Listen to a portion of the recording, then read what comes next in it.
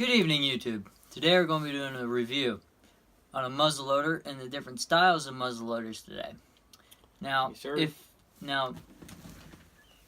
I hope this doesn't bore you. This is something that I've thought of for a while. The next video I'm thinking I might do something on a bow, but that's still... Shoot a bow through a barn like we've done a couple times off camera. Let's not. I don't want to mess up any more arrows. Trust me, I'm running low as is. Yeah, we don't need to hit the lawnmower again. yeah. Do this one. Yeah, he's a terrible archer. I'm not much better myself, but come on. Yeah, we'll see you guys downstairs. Let's get to it.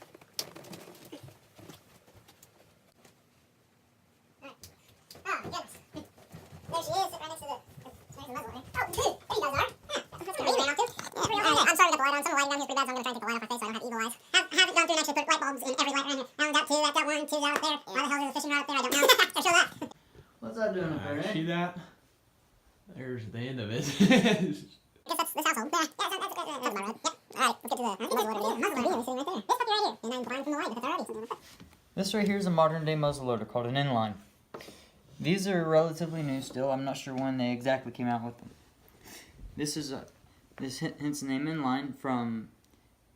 There's different styles of muzzleloaders. You got a cap lock, flint lock, and a match lock, and then you got these, which is the newest style. This one has a 3x9x40 scope on it. Now the difference between this and a cap lock is a cap lock is pretty much one of these, except it has a nipple and it's on the side. From this, everything is, hence the name Inline, everything's in line to put the black cap in it. It's a break style barrel to where you put a cap right here. Right there? Right where my thumb is. Yep. That spot right there. In the breech, this is the breech plug that just screws in and out. That's simple. It screws all the way out. Hold on. This is your breech plug. It just screws in and out. Pull it out, you screw all the way out, and it just comes right out. Then you close it all the way back up, and she's good to go pretty much. Hammer. This is a hammered gun, like pretty much all of them, except a matchlock, which is a different. I'll explain that here in a minute. Now, a cap lock muzzleloader is everything's not in line. Yeah. With a cap lock muzzleloader, it's going to be, depending what kind you'll have, it's going to be a bit longer. The loading process is the same, but on a cap lock, the nipple is on the side instead of in front. Okay. With a flint lock, that one's definitely different from a match lock or a cap lock. The difference between a flint and a cap is that flint lock uses flint and steel to create a spark, which is a pan on the side that holds gunpowder. And then there's a hole, a little peephole, I guess you can say, right, pretty much drilled right into the side of it that some powder leads into, and then nicely charged and pew. 1 second, guys. Can I add that Keegan and I, it looks like we both have a demon eyes, but that's just because my phone flashlight is on right now while we record this. And, yeah, it's not too bueno. Do I have demon eyes, Keegan? Maybe a little bit. Just a little bit, yeah. I can't tell. I'm also blind every time I look away from the camera. Fun. Yep. Now, Yep. flintlock muzzleloader is pretty much a simple process. It's pretty much, you're going to have a hammer on this side, and you're going to have a piece of steel on this side. And what happens is there's the piece of steel you're going to be pulling the piece of steel forward, hammer back. When you're ready, it's going to be first cocked, and then squeeze the trigger. Bang. Yep. And then powder, and sparks hit the powder. Inline is a bit better than those due to everything is in line, and that you don't have to worry about getting moisture in the powder and having the cap all messed up due to it's in an enclosed space. Yep. Just like, as you guys can see. Sorry, the light is a bit bright. There you go. Now this is a CVA Optimum gun. Is what this is, with a 3x9x40 attached to it. You can get this one, and you can get this exactly like this in a kit. Sorry, guys. It's not focusing right now, and I don't know why. There we go.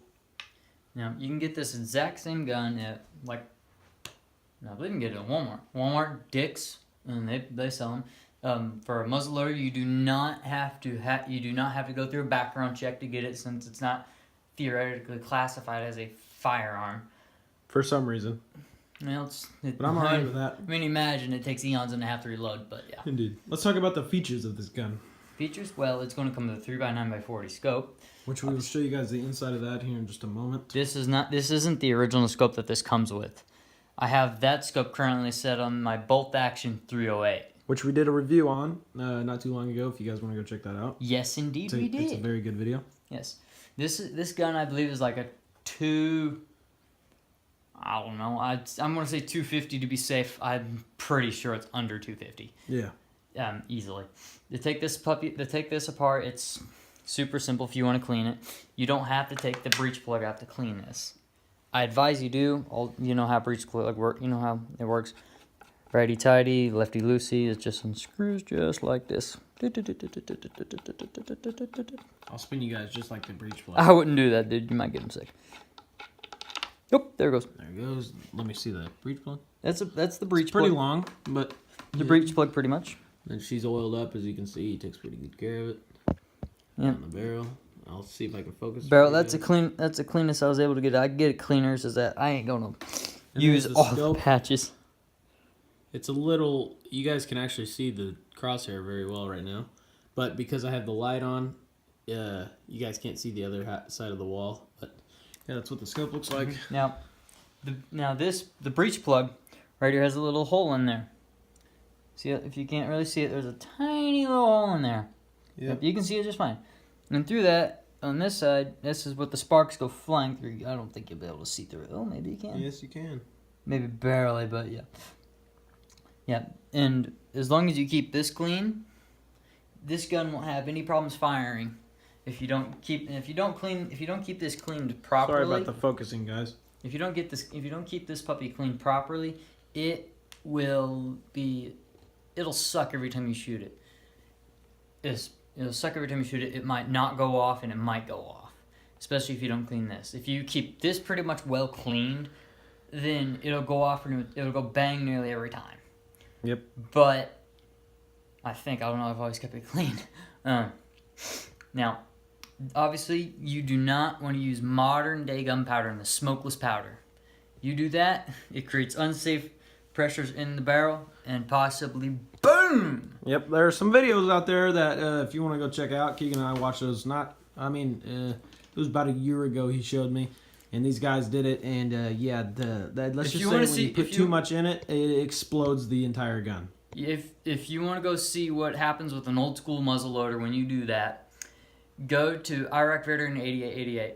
They have a video on there of them doing that purposely. And they did a very good job on the video. It's pretty good.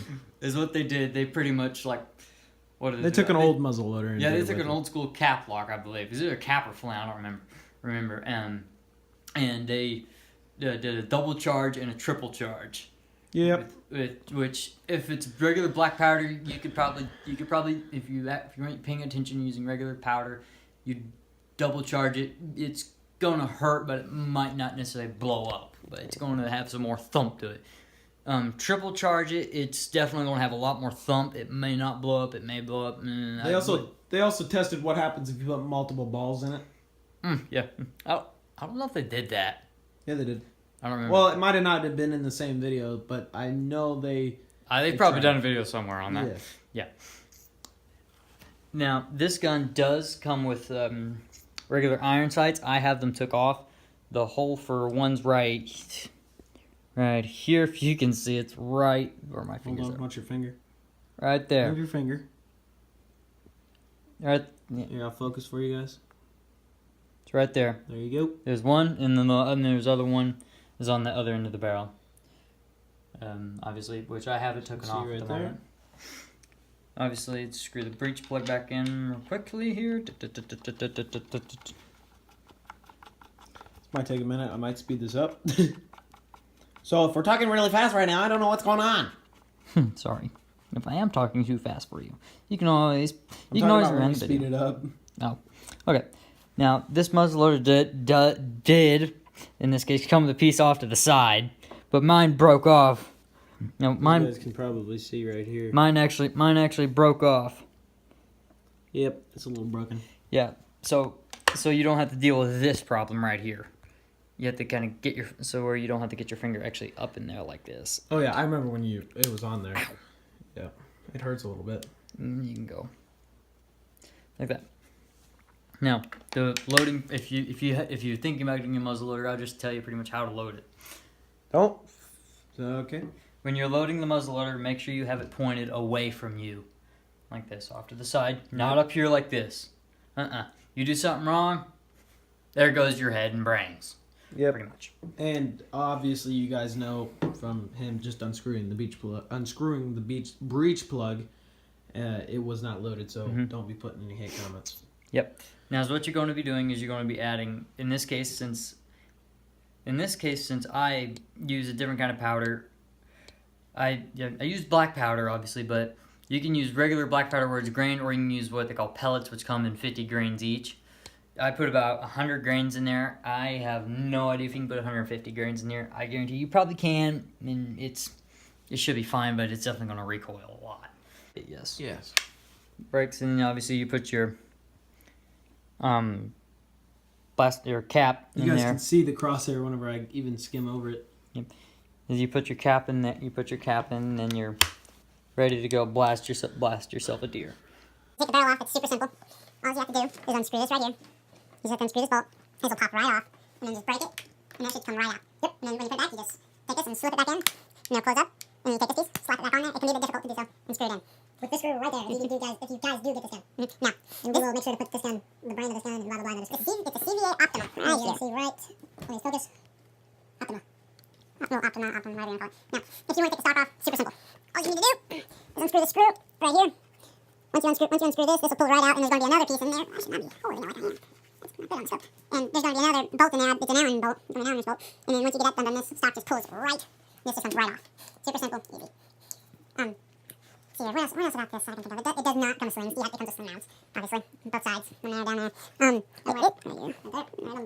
not come with a sling. I wish it did. It comes a lot easier on me. This thing does have a pretty sensitive trigger. I don't know if it's adjustable or not. I'll have to look at the owner's manual again. And all you have to do is just go. It's a very light trigger. How many pounds did you say? Or not even a pound? It's like a rifle trigger. It's really touchy. Okay. Now with the muzzleloader, in this case, if you don't keep it clean, after you shoot it, if you don't clean it, this thing will rust. Well, maybe not rust, but it will. Yeah, it won't be pretty. Yeah, as you guys can see, he cleans. You should see how much he cleans his guns. But as you guys can see just a touch bit of. Now this puppy has got a touch bit of dirt, grimy stuff. It's just not able to come off because it's just been a little weather damaged. But this gun has rusted to hell and back one time on the barrel, not on the inside. Dude, it was at my dad's, and he didn't clean the damn thing. I was kind of burned it out, and I had to scrub the shit out of it and reglue it.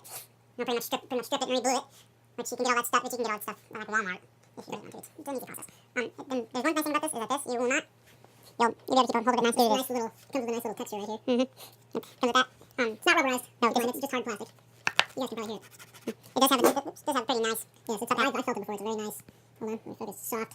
It's not really soft. It's not like your. It's not going to be like a. What's the best way to explain? Like a nice shotgun. It's not going to be like a nice high quality, like high powered rifle butt stock. Obviously, it'll kick probably maybe about the same as like maybe a 12 gauge.